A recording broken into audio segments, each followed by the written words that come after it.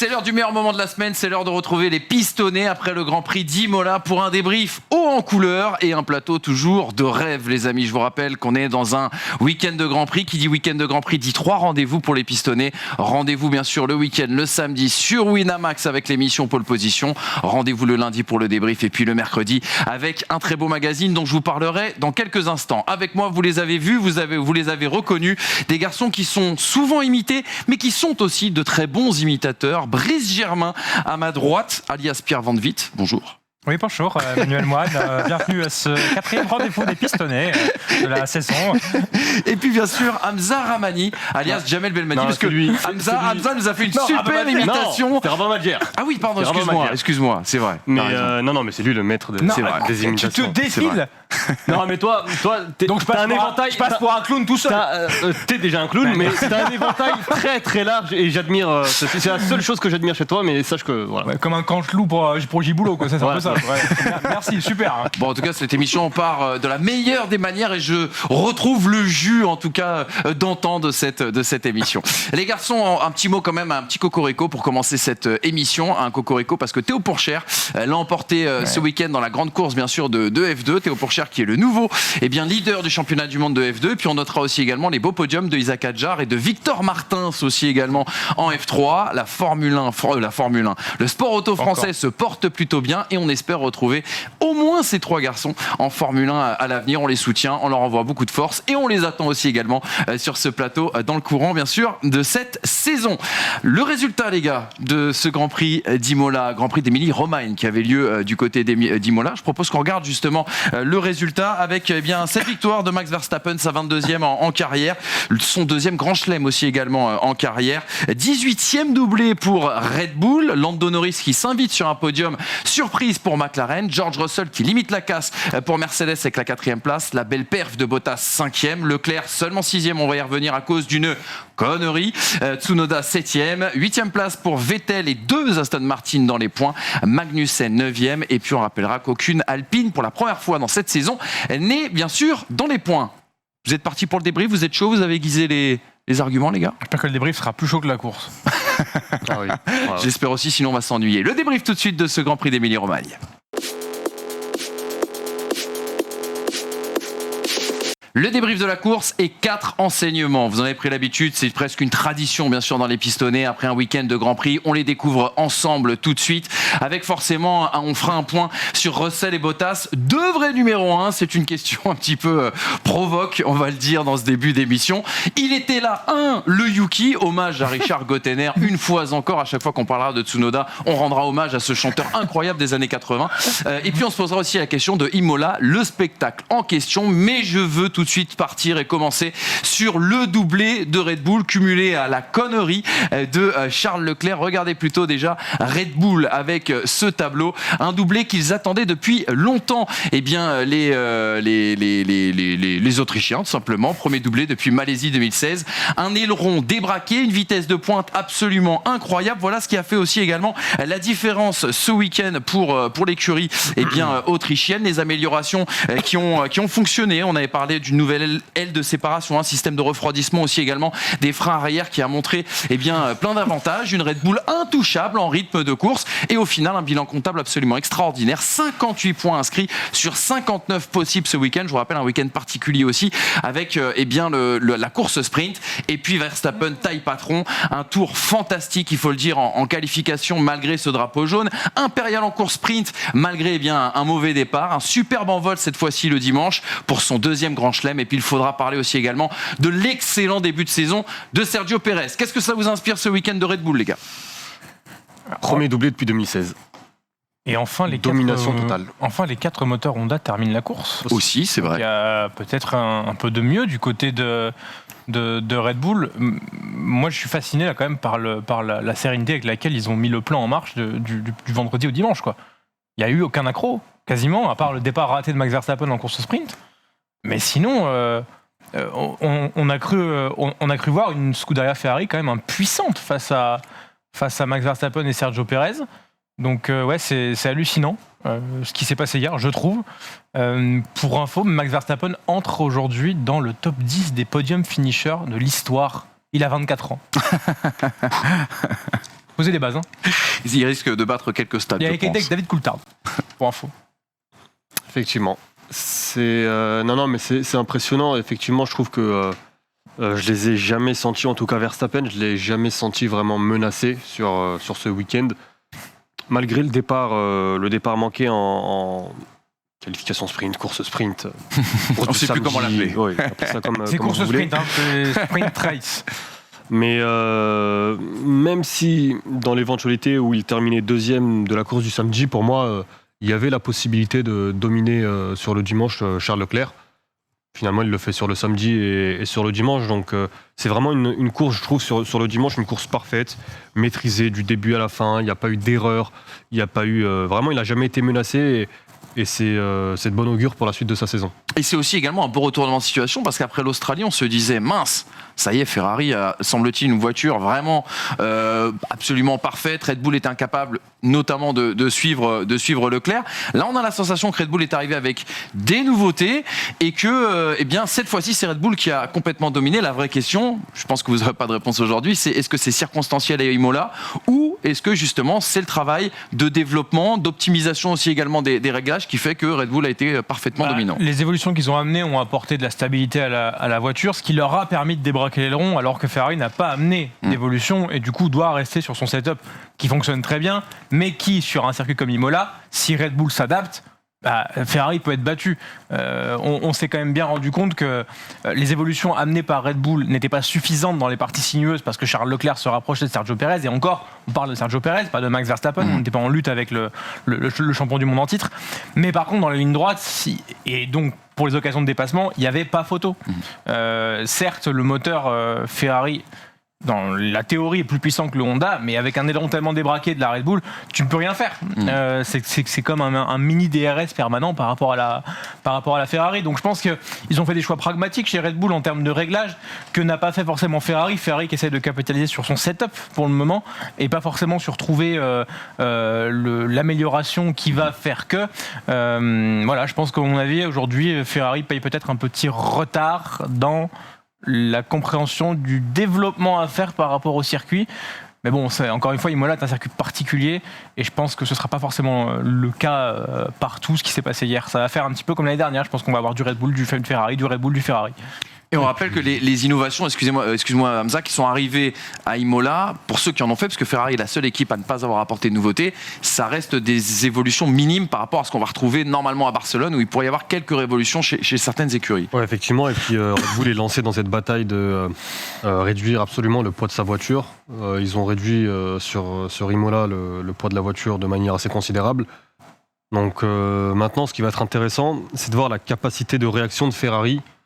On parle avant de Barcelone, de Miami, où ils apporteront de légères modifications pour mieux adapter la voiture au nouveau circuit donc de Miami.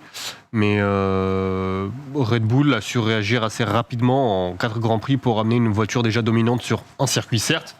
Mais c'est encore une fois, c'est de bon augure pour la suite de la saison. Dernier point sur Red Bull, les gars. On l'a dit, premier doublé pour Red Bull depuis Malaisie 2016. Il y a une explication derrière ça, c'est l'excellent début de saison aussi de Sergio Pérez. On a l'impression que ces monoplaces lui conviennent mieux, pas qu'à Max Verstappen, hein, mais qu'aux autres. Lui qui était très critique sur le nouveau concept. Je sais pas si tu te rappelles l'émission qu'on avait fait pour parler justement de 2022. Ça avait été l'un des pilotes qui disait mais on a les meilleures voitures actuellement, les plus agréables à conduire. Vraiment, j'ai vraiment pas hâte de passer à 2022 finalement. Mais elles sont pas très agréables à conduire de ce qui ressort. Apparemment, il faut être très très patient pour les conduire correctement. Elles sont très nerveuses et très lourdes. Très nerveux et très lourd, ça veut dire qu'il faut être très coolé dans le pilotage. Et ça, il y a certains pilotes où c'est pas leur fort. On voit bien qu'il y a des pilotes qui étaient tout à fait compétitifs l'année dernière et qui le sont plus du tout cette année. Sergio Pérez n'est pas dans ce cas-là. Sergio Pérez a réduit à certains endroits l'écart avec Max Verstappen, a fait une pole alors que Max Verstappen l'a fait qu'à Imola, hein. Il avait fait la pole avant Sergio Pérez. Donc aujourd'hui, l'arme que n'a pas assez eu, on va dire, l'année dernière Red Bull, puisqu'ils n'ont pas gagné le championnat constructeur, cette année ils l'ont, et on le voit bien, les chiffres ne mentent pas, hein, on voit bien au classement pilote, Leclerc a largement de l'avance sur Max Verstappen au championnat. Ferrari n'a pas une grande avance sur Red Bull parce que Pérez score des points. Et jusqu'à Imola, il me semble que Pérez était devant Verstappen au championnat, si je ne dis pas de bêtises. Ce qui est intéressant, c'est que Sergio Pérez, il tourne sur la moyenne de course dans les mêmes temps, quasiment, que Charles Leclerc. C'est-à-dire que Verstappen prenait 2 secondes au tour sur l'ensemble de la course en rythme moyen. Prenait 2 secondes, 2 dixièmes au tour à Charles Leclerc. C'est beaucoup. Et Charles Leclerc était en 911 lorsque Pérez était en 985. Donc ce qui est assez minime finalement. Donc là aussi, Sergio Pérez réalise un excellent début de saison et va falloir compter sur lui. J'espère qu'il aura la possibilité d'aller chercher des victoires et de jouer en tout cas la victoire à la régulière face à Max Verstappen et qu'on va pas commencer dès le début de saison à lui dire écoute, il y a quand même Max. Mais effectivement, c'est assez prometteur pour la suite de la saison.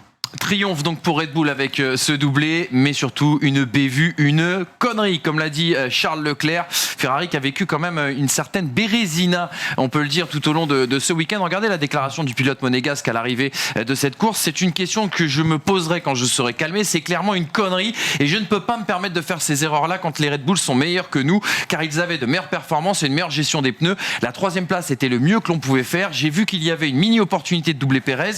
Si je faisais un bon dernier secteur, j'ai attaqué un peu plus et la voiture a réagi différemment sur le vibreur. Ce n'est pas une excuse, j'emmenais juste trop de vitesse. Je m'en veux beaucoup, mais l'erreur est faite, donc je vais l'analyser et passer à autre chose. Impérial jusqu'ici, sa première erreur de la saison. Est-ce que ça vous a mis un petit doute sur Charles Leclerc ?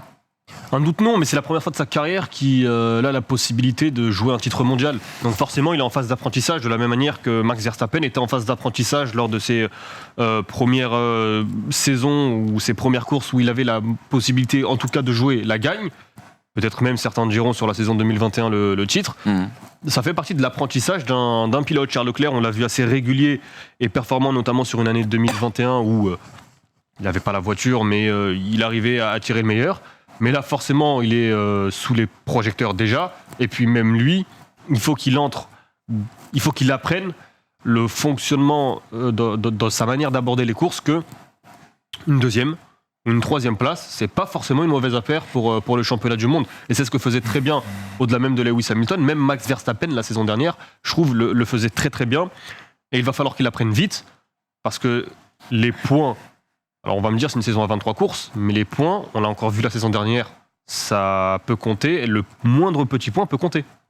Ouais, mais c'est une saison à 23 courses, mais justement, plus tu es dans des épreuves longues, telles les 6 heures de Spa, les 24 heures du Mans, plus ce qui compte, c'est la régularité. Oui, bien sûr. Donc là, en l'occurrence, ça fait quand même très mal. Et en plus de ça, Red Bull n'en a pas manqué une miette. Alors oui, le résultat en termes de points est bien plus dommageable que l'erreur en elle-même qui est facile à faire. Ce n'est pas une grosse erreur. C'est un vibreur mouillé, c'est un pilote qui est à l'attaque.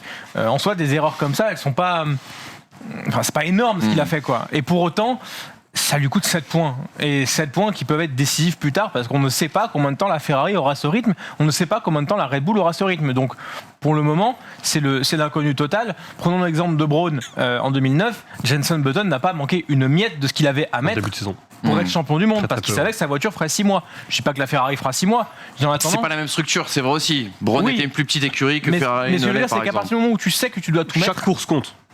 surtout quand tu ne sais pas à quel point ça va se développer. On est en début d'ère. Donc concrètement, la domination qu'il a là, ça veut pas, on n'est pas parti sur une ère qui va être comme Mercedes, on n'en sait rien. On ne sait pas si ça va durer 7 ans cette histoire.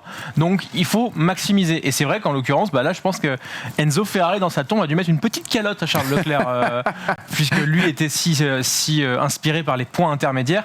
Là effectivement 15 points c'était le maximum à ramener. C'était une victoire pour Ferrari ce week-end, 15 points. Parce qu'ils avaient le rythme que la victoire soit à 15 points, la 3e place. Et ben ils sont pas allés la chercher et c'est peut-être encore un petit signe que Charles Leclerc parfois a tendance à surconduire quand il veut trop briller par rapport au potentiel qu'il a. Et on a peut-être Imola aussi, ça peut jouer. Depuis sa victoire à Monza en 2019, aucun podium Ferrari en terre italienne. Oui, après, il s'est passé ce qui s'est passé aussi. C'est-à-dire que, le débitmètre n'y est pas pour rien. Voilà, il n'y a pas un Grand Prix d'Italie toutes les semaines non plus. C'est une statistique que je t'apporte. C'est un petit biscuit que je t'apporte. Depuis Imola cette année, il n'y a pas eu d'un quart de Grand Prix non plus. Aussi, on peut le dire, on peut le voir de cette manière. Autre stat que je trouve sympa, on en parlait, je crois, c'était, je ne sais plus à quel Grand Prix cette saison, le hat-trick notamment de Charles Leclerc, on disait forcément, t'es champion du monde.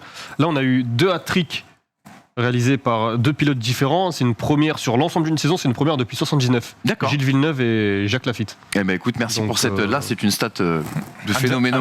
Alors, Je la reconnais. Attends, je vais sur StatF1.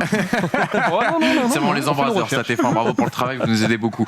Petite info, et on referme cet enseignement là-dessus. Il y a aussi dans la déclaration de Charles Leclerc ce qu'il explique sur les pneus. La Ferrari était celle qui avait la meilleure gestion des pneus jusqu'à présent. Semble-t-il que chez Red Bull, on a trouvé des choses. Encore une fois, on verra dans 15 jours si c'était circonstanciel à Imola ou si, bien sûr, il y a des choses à retirer. Deuxième enseignement, il faut absolument parler de George Russell et Valtteri Bottas qui, autrefois, n'étaient pas forcément amis. Je ne sais pas s'ils sont réconciliés, mais en tout cas, ils ont performé ce week-end. Bottas, la renaissance avec Alfa Romeo.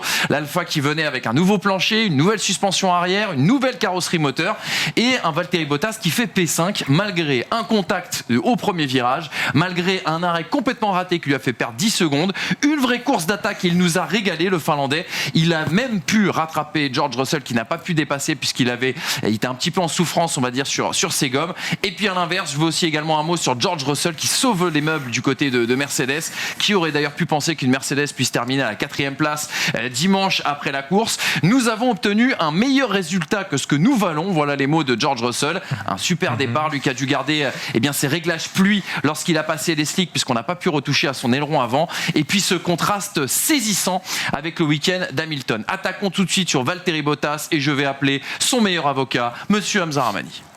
Son père. Son frère. Son fils, pardon. Écoute, il fait une course. Honnêtement, je ne m'attendais pas, au-delà des performances d'Alfa Romeo depuis le début de saison, je ne m'attendais pas vraiment à le voir à ce niveau sur ce circuit. Et il y a de gros regrets à avoir parce qu'il loupe potentiellement un podium à cause de son arrêt complètement raté vers le 20e tour, je ne sais plus au 18e tour. D'arrêt, ouais. 18e tour, tu perds une dizaine de secondes à cause d'un problème à l'avant droit. Si tu fais les calculs, les comptes sont pas bons, Kevin, parce qu'au final, tu te retrouves dans une situation où il y a 9 secondes avec Norris. Alors, l'accent. C'est facile, on va pas faire 11 moins 9, 2, du coup, il est devant. Oui, bien sûr. Ouais.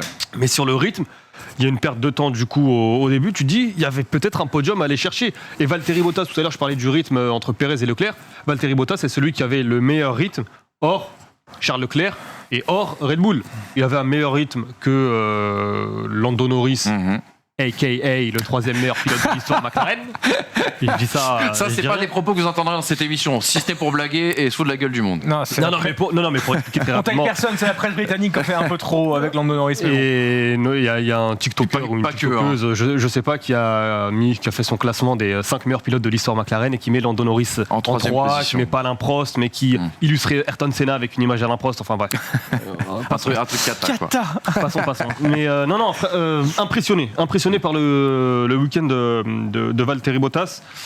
Et effectivement, les regrets peut-être d'être passé à côté d'un très très gros résultat, en l'occurrence un podium. Et c'est le meilleur résultat, je crois, d'Alpha depuis 2019. Ouais, exactement. C'est bizarre, ils n'ont pas fourni cette voiture-là avec Kimi Räikkönen. Mais bon, passons. Oh non Mauvaise foi, non, je rigole. Débimètre surtout. On a quand même passé des années, puisqu'on est là depuis 2019 sur cette émission, peut-être une 60aine d'émissions à chercher le Bottas 2.0, le Bottas 3.0, le Bottas 4.0. Je crois que le Bottas qu'il fallait chercher, c'est le Bottas 1.0, celui de Williams. Celui qui avait pas de pression, celui qui avait pas Lewis Hamilton à côté de lui, parce que il battait régulièrement Felipe Massa, il s'inscrivait sur des podiums, il était à la lutte avec la seconde Ferrari de Kimi Räikkönen, pas la première, je te l'accorde. On a retrouvé le Valtteri Bottas qui a fait qu'il a signé entre guillemets chez Mercedes, à savoir un vrai talent et surtout quelqu'un qui pousse sa monoplace jusqu'au bout. Il avait disparu pendant 5 ans, peut-être à cause des contrats d'1 an, peut-être à cause de la pression Lewis Hamilton, peut-être à cause de James Wolfe qui l'appelle sans arrêt à la radio pour lui dire de s'écarter ou de jouer pour l'équipe. En attendant, moi qui suis pas fan de ce gars, ça me fait du bien de le voir avec de la vitesse, performant, et surtout de voir une lutte de pilotes Mercedes. Je ne pensais pas que la lutte des pilotes Mercedes serait Russell-Bottas cette saison. Je ne pensais pas qu'on verrait ça devant. Et quelque part, je pense que tout le monde est assez souriant, en tout cas, de voir Valtteri Bottas performer après les années de marasme qu'il a vécu. Tout ce qu'il a pris dans la tête, moi y compris. Voilà, je suis content de le voir rebondir, en tout cas. Et puis Alpha qui a pris 25 points cette saison. Je crois qu'ils en avaient pris 12 ou 13 sur l'ensemble de la saison dernière. C'est dire le gap en tout cas qu'a passé la voiture aussi, les gars, la voiture aussi, bien évidemment. Autre confirmation, on l'a vu dans ce tableau tout à l'heure. Oui, George Russell n'est pas qu'un simple Jack Russell chez Mercedes. J'aimerais avoir un petit mot quand même sur la performance du pilote britannique, qui est mine de rien très constant, qui a encore ce week-end rentré de très gros points pour Mercedes. Une voiture, on le verra tout à l'heure avec la déclaration d'Hamilton, en véritable déliquescence. Qu'est-ce que vous avez pensé de ce week-end de George Russell ? Je trouve qu'en termes d'esprit, après, il est jeune, hein, c'est très plus simple d'avoir l'esprit quand tu as son âge, toute la carrière devant toi, que Lewis Hamilton, qui lui est en fin de carrière et qui du coup peut être un petit peu dégoûté de ce qui se passe. Mais en attendant, en termes d'esprit, en termes de philosophie Mercedes, c'est-à-dire aller mettre les points le plus possible par rapport au matériel que j'ai, enfin, il est quand même parfait, quoi. Enfin, je trouve depuis le début de saison à ce niveau-là. C'est plus facile à ce niveau-là justement d'être positif quand tu sors de plusieurs années Williams, que quand tu avais la meilleure voiture pendant 6, 7 ans, 8 ans, 9 ans et que tu te retrouvais dans une situation où tu jouais le titre pendant des années. Et c'est ce que Romain Grosjean expliquait dans un de ses débriefs de Grand Prix. Il disait que pour lui, c'était normal que George Russell performe mieux que Lewis Hamilton parce qu'il a l'habitude d'une voiture qui n'est pas équilibrée. Il a l'habitude d'une voiture qui ne peut pas se battre pour la victoire et qui n'est pas parfaite, pas sur un rail. Hamilton, s'il peut faire des perfs comme Singapour 2017 par exemple, c'est grâce à son talent bien sûr, mais aussi parce que sa Mercedes est sur un rail et qu'il a confiance en sa voiture. Lui sait piloter avec une voiture en laquelle il n'a pas confiance. Hamilton le sait, mais c'est plus lointain en termes de souvenirs. C'est des automatismes à récupérer pour aller pousser la voiture à la limite. Après, l'écart qu'il y a aussi entre Russell et Hamilton par exemple ce week-end, il est énorme aussi parce qu'il y a eu, ça a eu un effet papillon, hein. Il y a eu ce problème, cet arrêt au stand un peu raté qui fait que deux voitures ressortent devant lui, qui s'éloignent de Stroll et au final, on connaît cet effet d'accordéon, hein. Voilà, Russell se retrouve très loin devant Hamilton alors que potentiellement ça n'aurait pas été le cas. Mais quand même, George Russell pour le moment s'affirme comme étant le pilote qui va aider Mercedes peut-être à retrouver le sourire, alors que pour le moment, Lewis Hamilton partage plutôt la déliquescence de Mercedes. Exactement. Regardez les propos de Lewis Hamilton d'ailleurs qui a dit à l'équipe, à Frédéric Ferret, dans l'édition à paraître ce lundi matin, que lui commence à penser que le concept est raté du côté de Mercedes. Là, c'est à la télé qu'il disait, je crois que c'est à Canal+, il dit un week-end à oublier, c'est certain, je ne pouvais rien faire, je ne pouvais pas passer Pierre Gasly et progresser à cause du train DRS généré par Alex Albon devant nous. Il était si rapide que nous ne pouvions pas le passer en ligne droite. Donc oui, un week-end noir pour nous. Je suis hors de ce championnat maintenant, c'est sûr et certain. Je n'en doutais pas après hier, mais aujourd'hui c'était la galère. George a eu plus de chance au départ et plus de chance d'être aussi dans le bon peloton, mais ces points ne nous serviront pas beaucoup en fin de saison si nous restons à ce niveau. Lui qui a comparé cette Mercedes W13 à la McLaren 2009 qui était sa pire voiture jusqu'à présent dans sa carrière en Formule 1. Est-ce que vous pensez aussi, au-delà de toutes les explications qu'il vient de donner, que tu as donné Brice, est-ce qu'il n'y a pas une part de démotivation autour de ce week-end et autour des performances de la Mercedes ? Forcément, je pense que tu prends un coup. Je pense vraiment qu'il a pris un coup ce week-end. Il prenait en moyenne 8 dixièmes au tour sur George Russell. Alors forcément, c'est plus facile, il le dit. Le fait d'être dans le trafic et de ne pas pouvoir en profiter et dépasser, ça complique sa course. D'autant plus que George Russell avait réalisé un excellent départ. Il a pris 5 places au premier tour, dont 3, je crois, à cause de l'accrochage. Mais il avait quand même pris 2 places sur le jump, sur le start. Mais ouais... psychologiquement, ça doit pas être évident à vivre pour un pilote qui se retrouvait, qui se battait devant. On l'a vécu avec Sébastien Vettel lorsqu'il était chez Ferrari, lorsque du jour au lendemain, tu te retrouves d'une voiture, pour gagner des courses en tout cas, à une voiture qui lutte limite pour entrer en Q3.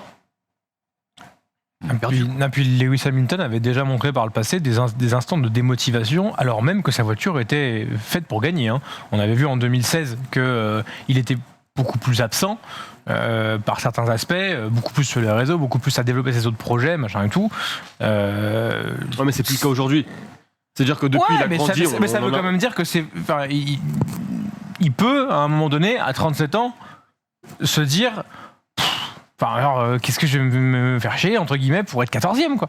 Après, il s'est battu, toute la course, il s'est battu. Et il a répondu à tous ceux qui le voyaient partir aussi de la Formule 1 à cause de ses mauvais résultats. Mais en fait, je sais pas, c'est triste, pas du tout supportable Hamilton, hein, mais c'est triste de voir à quel point un septuple champion du monde peut, par rapport à une nouvelle réglementation, devenir dans une impuissance totale par rapport presque à n'importe quelle voiture qui soit devant lui. L'AlphaTauri est pas meilleure que la Mercedes. Et pour non, mais ce que je dis, oui, je confirme. J'ai vu ta moue, je me suis dit quoi, bah d'accord, il les motive. On en est là. Mais voir que c'était impossible pour Hamilton de faire quelque chose, je me suis dit à un moment donné, il va péter un plomb, quoi. Enfin, c'est triste de le voir là, surtout qu'en plus, tu sais, il y a Russell qui est 4e. Donc en face de lui, on lui met entre guillemets une sorte de preuve que c'est faisable, même si évidemment les deux courses sont différentes et que c'est compliqué à analyser, mais 20 tours derrière Stroll, 40 tours derrière Gasly, je peux comprendre qu'à un moment donné, ils se disent c'est pas ma F1, tu vois. Passons au troisième enseignement, les garçons, avec un garçon qui nous a régalé, il faut le dire, en tout cas ce week-end. C'est pas Richard Gottener, mais c'est bien Yuki Tsunoda. Le Yuki, il était bien là ce week-end.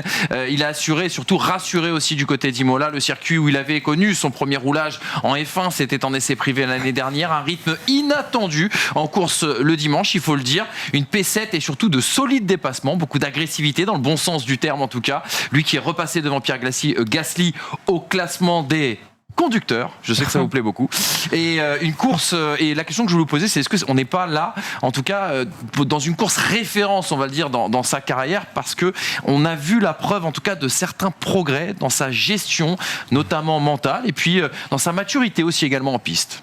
Yuki Tsunoda nous montrait souvent ça en essai l'année dernière, d'être assez haut placé dans le top 10, mais rarement en course. Et alors je sais pas, on va peut-être pas rentrer dans la rhétorique qu'on nous dit que depuis qu'il vit à Faenza ça va mieux, qu'il est plus calme. Je suis pas sûr que des voyages en Italie rendent plus calme personnellement, mais je sais pas, il a l'air plus complet en tout cas, et même lui-même avait fait le constat de je sais pas pourquoi on m'a gardé. Donc peut-être qu'il s'est mis un petit coup de pied aux fesses. En attendant, il s'est retrouvé quand même à faire la course à un moment donné avec 2 champions du monde, un derrière, un devant, Lewis Hamilton et je sais plus si c'était Vettel devant ou Alonso, je me souviens Vettel, plus. il me semble. C'est Vettel, mais force est de constater qu'il leur tenait la dragée haute. Alors évidemment leurs voitures sont pas forcément très performantes et pour autant Yuki Tsunoda avait sa raison d'être à cet endroit-là, alors que l'année dernière on se demandait vraiment à certains moments pourquoi il était en Formule 1. Je trouve ça bien qu'il réponde de cette manière-là et plus par les hurlements dans la radio qui ont dû rendre sourd plus d'un ingénieur chez AlphaTauri. Ces dépassements ont répondu, je pense, à ta question. Pourquoi est-il en Formule 1 Ces dépassements sur, je crois que c'était sur Stroll au premier tour à Tosa. Derrière, il fait la même à Esteban Ocon. C'est un pilote, en fait, j'ai l'impression, lorsqu'il est en confiance, alors je ne vais pas dire rien ne peut lui arriver, mais il performe en fait. Et indépendamment presque de la qualité de sa voiture, maintenant forcément c'est un jeune pilote, il lui manque cette régularité, mais j'ai été rassuré de voir sa performance ce week-end. J'ai l'impression qu'il a fait l'année dernière, il a fait une année de F2 encore. Ouais. C'était comme une sorte de continuité avec... Ouais, mais c'est pas ce qu'on demande à un mec qui arrive en F1 quand même. On lui demande d'être là tout de suite. Oui, toi, mais lui avait la sécurité du job aussi. Quand t'es un jeune pilote qui débarque de F2, qui plus est chez AlphaTauri, bah oui, excuse-moi, il y a une phase d'apprentissage à avoir. Ricardo, lorsqu'il arrive chez McLaren, Alonso la saison dernière, lorsqu'il revient chez Alpine, moi en tout cas, je leur ai laissé du temps parce qu'ils étaient aussi en phase d'apprentissage. Apprentissage différent, certes, c'est pas le métier de pilote de Formule 1. Bah, Tsunoda, c'est le métier de pilote de Formule 1 qu'il a dû apprendre. Voilà en tout cas pour Yuki Tsunoda et ce troisième enseignement. Il s'est invité dans les 4 enseignements, notre ami le Yuki, et on est très content en tout cas de cela. 4e enseignement, parlons d'Imola les gars. Parlons d'Imola parce que moi il y a quand même des questions qui se posent après ce week-end. Le spectacle notamment en est un grand thème. Le tracé déjà, avec cette piste très étroite, est-ce que vraiment avec une piste pareille on peut avoir du spectacle? L'importance quand même des bacs à sable, ça a dû vous faire plaisir et on l'a vu, chaque erreur c'est payé cash. Ce circuit techniquement intéressant mais qui offre un avantage, et c'est pas nouveau, aux chassés plutôt qu'aux chasseurs. Le DRS, est-ce qu'il n'est pas un peu trop décisif? Et ça va peut-être être antinomique avec ce que je vous disais sur la relation chassé-chasseur, puisque on l'a vu des pilotes terminer leur manœuvre de dépassement 300 mètres avant la virage, 3 semaines dans le virage, ça aurait fait beaucoup. Et est-ce que les dépassements ne sont pas devenus trop faciles grâce à ce DRS? Et puis le côté aussi également organisation, puisque Éric Bouillet et Pierre Guyonnet sont venus nous en parler sur ce plateau, nous ont dit ce n'est pas que l'argent qui compte pour rester au championnat du monde de Formule 1, il y a tout l'aspect logistique, tout l'aspect qualitatif et qualité bien sûr dans la réception et l'accueil et l'organisation de cette épreuve. On a vu des durées d'intervention de commissaires de piste bien trop importantes en qualification et en course sprint. Et puis une question aussi, Imola en avril, la pluie obligatoire qui est peut-être un peu en trompe-l'œil à chaque fois qu'on va en Émilie-Romagne. Qu'est-ce que vous avez pensé de ce week-end? Est-ce que franchement Imola, vous en faites une obligation de mettre ce circuit au championnat du monde? C'est un magnifique circuit. C'est un circuit agréable visuellement. C'est un circuit qui a l'air génial à piloter. C'est un circuit qui est en qualification pareil. Mais c'est un circuit qui n'est pas fait pour la course. Et c'est problématique lorsque on parle d'une course automobile. En tout cas, pas avec des voitures de 9,10 m de large. Oui. Déjà qu'à l'époque... Soit tu élargis considérablement la piste, soit tu réduis les voitures. Mais bon, on va pas faire une taille de voiture par circuit. Mais effectivement, ça semble Très bien, remarque. compliqué. Ouais, je suis d'accord. En fait, j'étais content de le voir revenir et je pense que je me suis laissé berner Par l'histoire. Par nostalgie, l'histoire. ouais. Mais faut pas oublier que en 2005 et 2006, si tout le monde se gargarise sur la bataille Alonso-Schumacher plus 2006, du coup le remake inversé. Enfin, excuse-moi de te couper. Cette bataille, s'il y a le DRS, Ah oui, elle elle n'existe dure pas. 2 tours. Oui, elle n'existe pas. Oui, mais alors, je vais te dire un truc opposé. Moi, je me suis jamais gargarisé de cette bataille, déjà parce qu'elle me concernait pas à l'époque. Ah bon? C'est vrai que t'étais pas au volant, voilà, c'est ça. Non, il avait dû abandonner avec cette McLaren de 2006. Moi, elle m'a régalé en éclatée au 2005. sol. Mais force est de constater que pour moi, c'est pas une bataille 2005-2006. Pour moi, c'est juste Schumacher et Alonso qui n'arrivent pas à doubler l'autre parce que le circuit, déjà, pour les monoplaces de l'époque, est impossible pour doubler. Donc,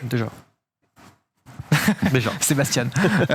Donc, si à l'époque où les monoplaces faisaient peut-être 30% de moins en largeur, on avait ce problème-là, c'est sûr que là, on va l'avoir. Et on a essayé de masquer les choses. On a enlevé la chicane, on a fait une ligne droite plus longue pour faire jouer l'aspiration. Le DRS, il n'y a plus d'aspiration, il n'y a plus que le DRS. Après, il faut être aussi honnête, la météo, elle joue quand même, parce que le Bien fait sûr. d'avoir une piste humide, tu peux pas te décaler sur la partie mouillée pour freiner. On a eu par exemple la saison dernière... Mais en sprint, c'était sec. L'accident entre Russell et Bottas, c'est un Bottas, peu aussi ouais. à cause de ça. En sprint, c'était sec. En sprint, on a vu des voitures qui se dépassaient, qui, tu le disais, Au 300-400 mètres avant, le dépassement était fait. On n'avait même pas besoin d'être agressif sur la zone de freinage.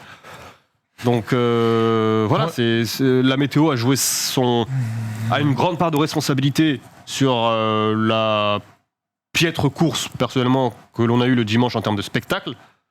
Maintenant, c'est... En fait, j'ai pas envie de critiquer Imola par rapport aux nombreux circuits sans âme que l'on a sur ce calendrier, mais effectivement, maintenant, on est obligé d'être Mais tu sais, c'est souvent, honnête. c'est souvent la réaction des gens. Moi, je me rappelle, je crois qu'on l'avait déjà cartonné un peu Imola l'année dernière, et quelqu'un m'avait écrit en me disant mais comment vous pouvez dire ça? C'est quand même un circuit d'histoire. Le 1er mai 94 restera jamais gravé dans l'histoire de la Formule 1, de la pire des manières, bien évidemment. Comment vous pouvez dire ça? Moi, il y a quand même une réaction, une réflexion qu'on peut dire. Oui, c'est un endroit de pèlerinage pour la Formule 1 très très important. Maintenant, le circuit qu'on a connu dans les années, par exemple 2000, avait déjà beaucoup changé avec ce qu'il était dans les années 80, dans les années 90, à son apogée. Donc c'est vrai qu'on a aussi perdu beaucoup de choses. Le mythe était peut-être à l'époque.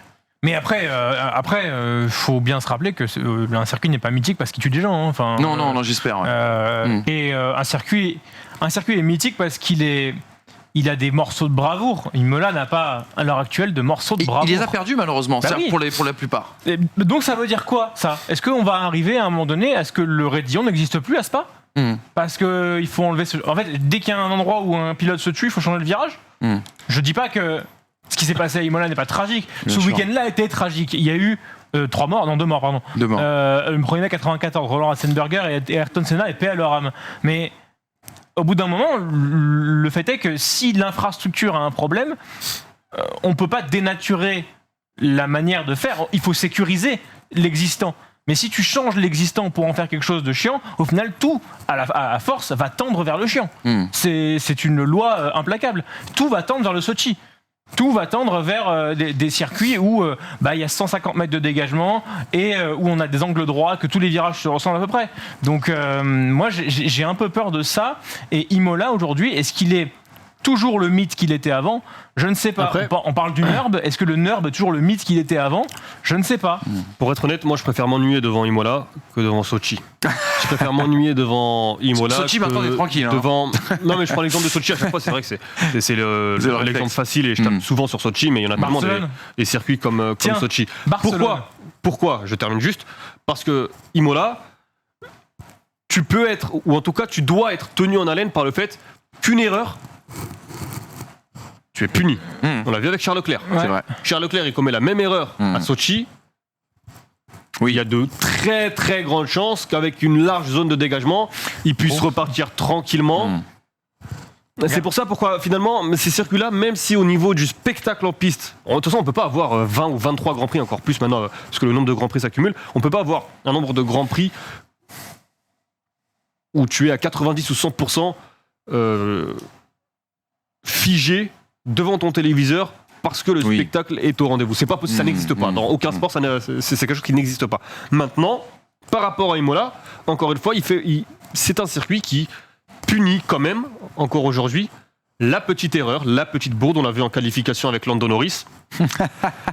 Donc, tu te retrouves dans une situation où... Je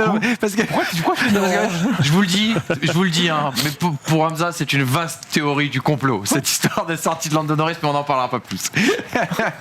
Disons que c'est une sortie de piste qui l'arrange bien à un moment mais peu importe. Où il avait fait la même erreur. Ok, François Asselineau. Où il avait commis la même erreur. Sylvain Durif. Où il avait commis la même erreur au même endroit en essai libre. Pour le 3e meilleur pilote de l'histoire de McLaren, c'est quand même, je me pose des questions. Mais passons, voilà, on termine la blague. T'as une cible sur le visage. Mais ce que je veux dire vraiment, c'est que au final, tu es dans une situation où c'est un circuit qui ne pardonne pas. Et rien que pour ça, c'est un élément que les circuits modernes, entre guillemets, n'ont pas. Il a le même côté chiant mais haletant de Monaco. C'est-à-dire que Monaco, tu vas t'emmerder toute la course, mais à n'importe quel moment, il y a un mec qui est dehors. Et c'est vrai que c'est pas le cas partout. Et c'est pas le même sport pour les pilotes. Parce que du coup, quand t'es pilote, t'es obligé d'être concentré à 100%. Une sortie de piste à Sochi, encore une fois, désolé Sochi, mais une sortie de piste à Sochi, tu prends l'échappatoire et c'est terminé. Après, là, Imola, une sortie de piste, tu as le risque complètement de... Et Leclerc s'en sort très très bien d'ailleurs. Il y a une autre question à se poser, c'est est-ce que la F1 moderne, dans la manière dont on veut nous la vendre, est faite pour Imola. Les crashs, est faite pour les sorties de piste.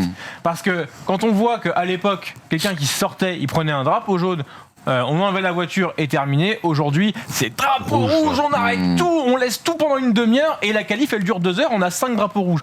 Vous avez vu l'augmentation significative de drapeaux rouges dans les 3-4 dernières années par rapport à avant? On va pas s'en plaindre. Non. S'il n'y a pas le drame Bianchi, malheureusement, je pense que les habitudes restent les mêmes. Je suis d'accord, et pour autant, ça veut dire que certains circuits qui favorisent, on va dire, le fait de s'embourber, d'abandonner, sont peut-être voués à disparaître parce que justement une voiture qui se sort, soit elle repart, soit elle est très très loin de la piste dans l'idée nouvelle de ce qu'on se fait de la sécurité et du spectacle, voilà. Donc je pense que Imola montre qu'aujourd'hui il y a un anachronisme entre cette piste et ce que veut devenir la F1 et qu'on tente un petit peu de maintenir Mémé sous respirateur mais qu'à mon avis à terme ce genre de piste va disparaître, je pense. Malheureusement, mais je pense. Bon, après, Imola a... Le genre de piste. Voilà, parce que Imola du lobbying. A le CV, comme le disait Pierre Guionnet, a le CV... Made in Italy, ce sponsor incroyable, d'où sortit leur argent. Président de Stefano Domenicali. Voilà.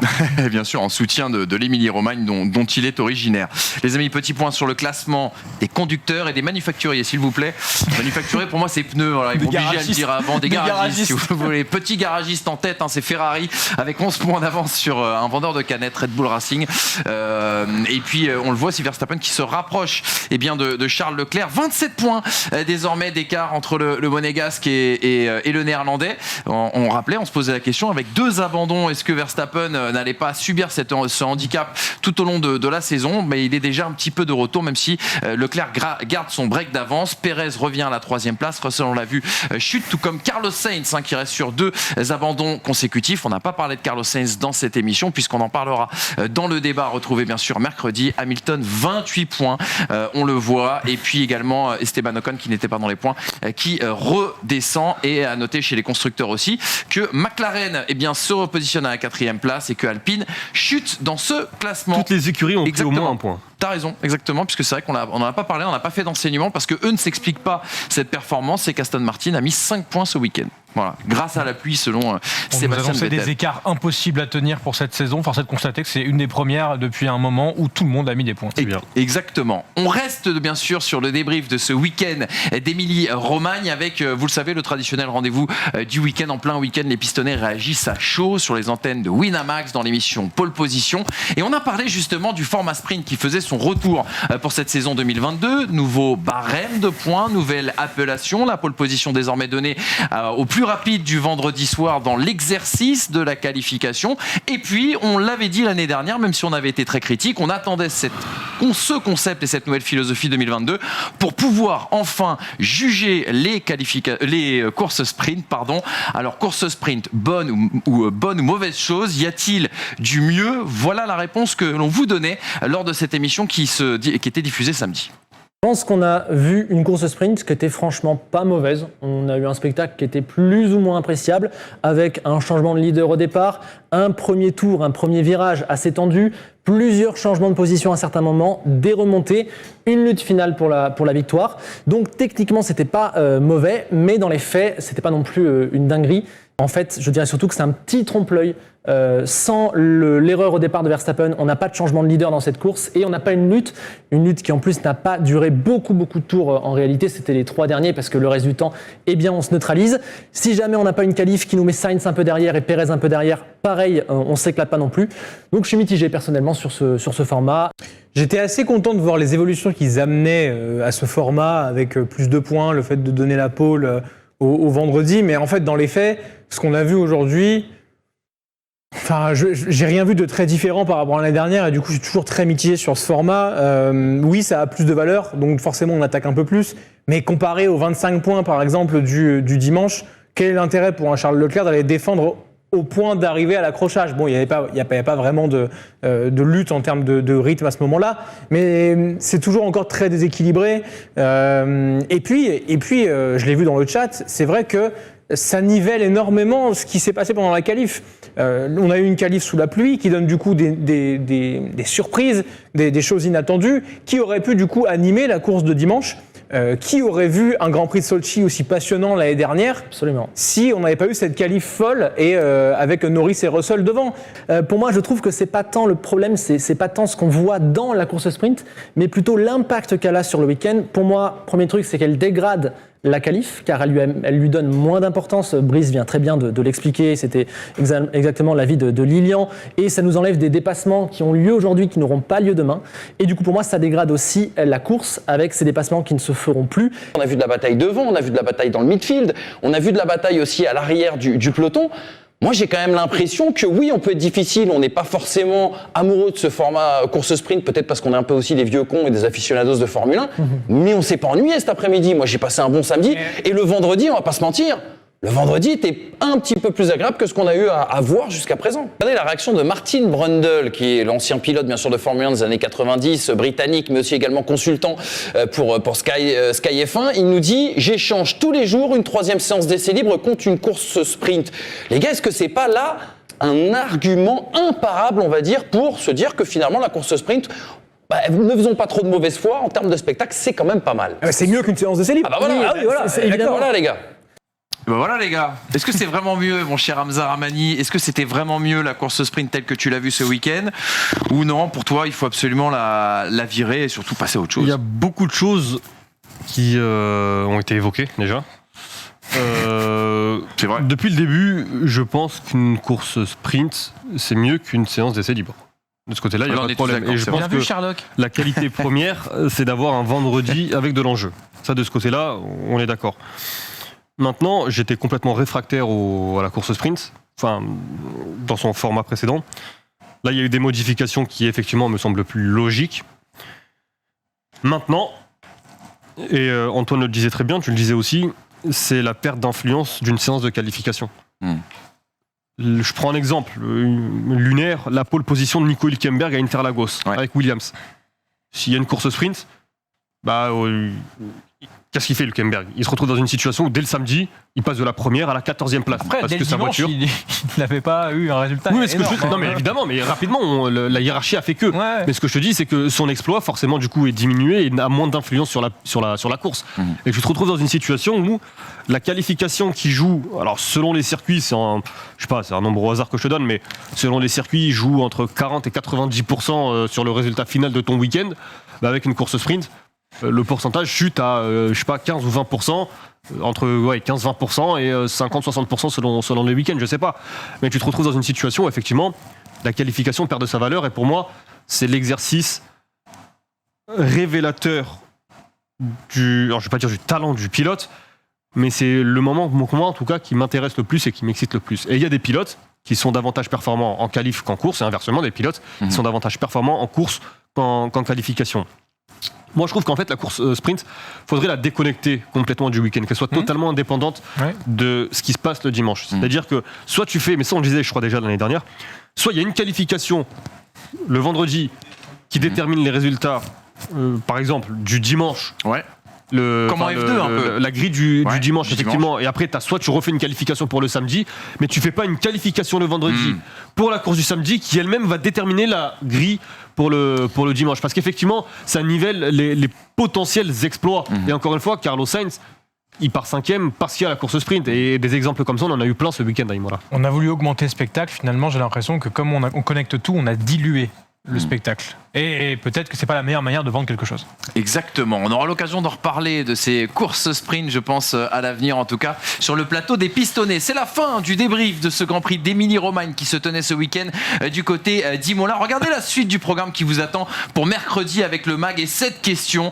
Carlos Sainz, qui vient de prolonger chez Ferrari pour 2 saisons, peut-il détrôner Charles Leclerc? On fera tout un thème sur le sujet et on se posera aussi surtout la question inhérente de savoir est-ce que Carlos Sainz est-il déjà condamné à un rôle de numéro 2 chez la Scuderia Ferrari. Et puis un entretien en continu, vous savez, la trilogie, une trilogie d'entretiens, les pistonnés featuring Éric Bouillet. Éric Bouillet qui nous parlera du rôle, du métier de directeur d'écurie. C'était l'une des promesses du début de saison. Vous avez dit qu'on vous ferait parler plein de personnalités sur les différents métiers au sein de la Formule 1. On avait eu Julien Simon-Chotan qui était venu nous parler du métier d'ingénieur de piste. Et là, on va se fondre en tout cas et se mettre dans le costume du directeur d'écurie avec l'expertise d'Éric Bouillet, la deuxième partie d'un entretien passionnant à retrouver donc dès mercredi dans le magazine des pistonnés. Merci les gars, vous avez été encore très très bons aujourd'hui et je comprends mieux pourquoi les gens essaient de vous imiter aujourd'hui.